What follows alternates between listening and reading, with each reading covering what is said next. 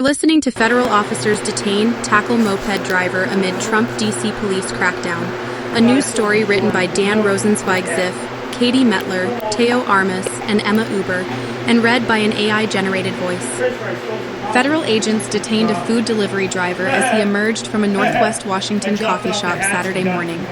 An incident captured on video by numerous witnesses, including a Washington Post reporter, that showed the officers tackling him to the ground, holding him down, and appearing to use a stun gun before driving him away in an unmarked black vehicle.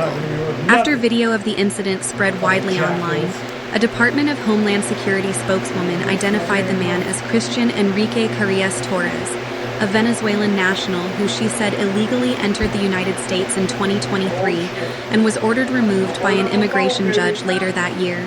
The spokeswoman, Tricia McLaughlin, said he had repeatedly failed to appear for multiple court dates in Maryland related to a long list of traffic crimes, for which he had active warrants.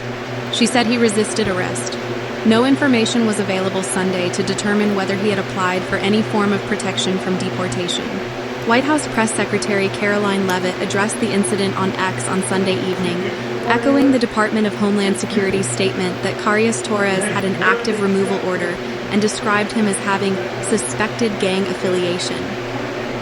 The Department of Homeland Security did not answer questions from the Post on Saturday about whether authorities had reason to believe Carias Torres had a violent criminal history and did not respond to follow-up questions requesting information about the Maryland traffic crimes. The arrest sparked fear and outrage among some residents during the first weekend of President Donald Trump's ramp-up of federal agents on D.C. streets, efforts that the White House said were about violent crime, but which have increasingly focused on immigration enforcement. The White House reported 72 immigration arrests from Wednesday through Friday. That's more than half of all arrests made as part of the federal crackdown over those 3 days, according to White House figures. Since Trump issued an executive order declaring an emergency and federalizing the local police force, incidents between residents and police have escalated, leading to allegations of harassment and aggression from some residents across the district. In Northwest Washington on Saturday morning, the arrest of the food delivery driver rattled those who witnessed it. D.C. native Mario Zampaglione was dining on the patio at Bluestone Lane, a high-end coffee shop, when he saw two masked agents in tactical police vests standing outside the entrance, he said. Moments later, a food delivery driver, later identified by federal authorities as Carias Torres, emerged from the store with a pickup order in hand, Zampaglione said. As the delivery driver approached his moped, parked on R Street NW near 14th Street NW, Zampaglione said, the man realized the agents were following him and began to run, prompting witnesses to pull out their phones and record what would become widely circulated videos of the man's arrest.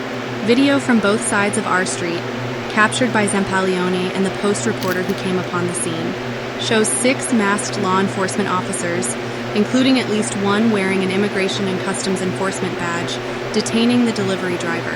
They really just snuck up on him, said Zampaglione, 30.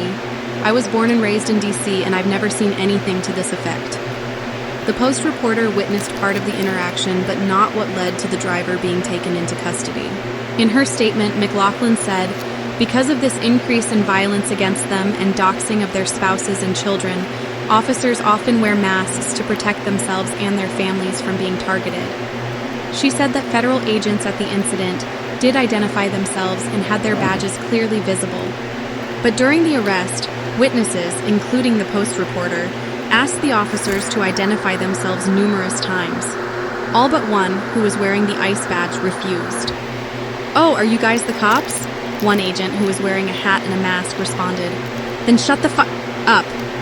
Carias Torres was initially forced to the ground by 2 officers, including one who appeared to use a stun gun, according to video and witness accounts.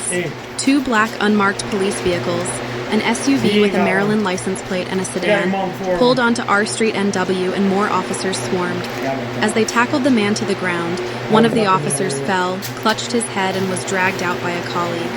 Eventually, 2 of the officers escorted the detained man into the back seat of the unmarked SUV, where there was another altercation.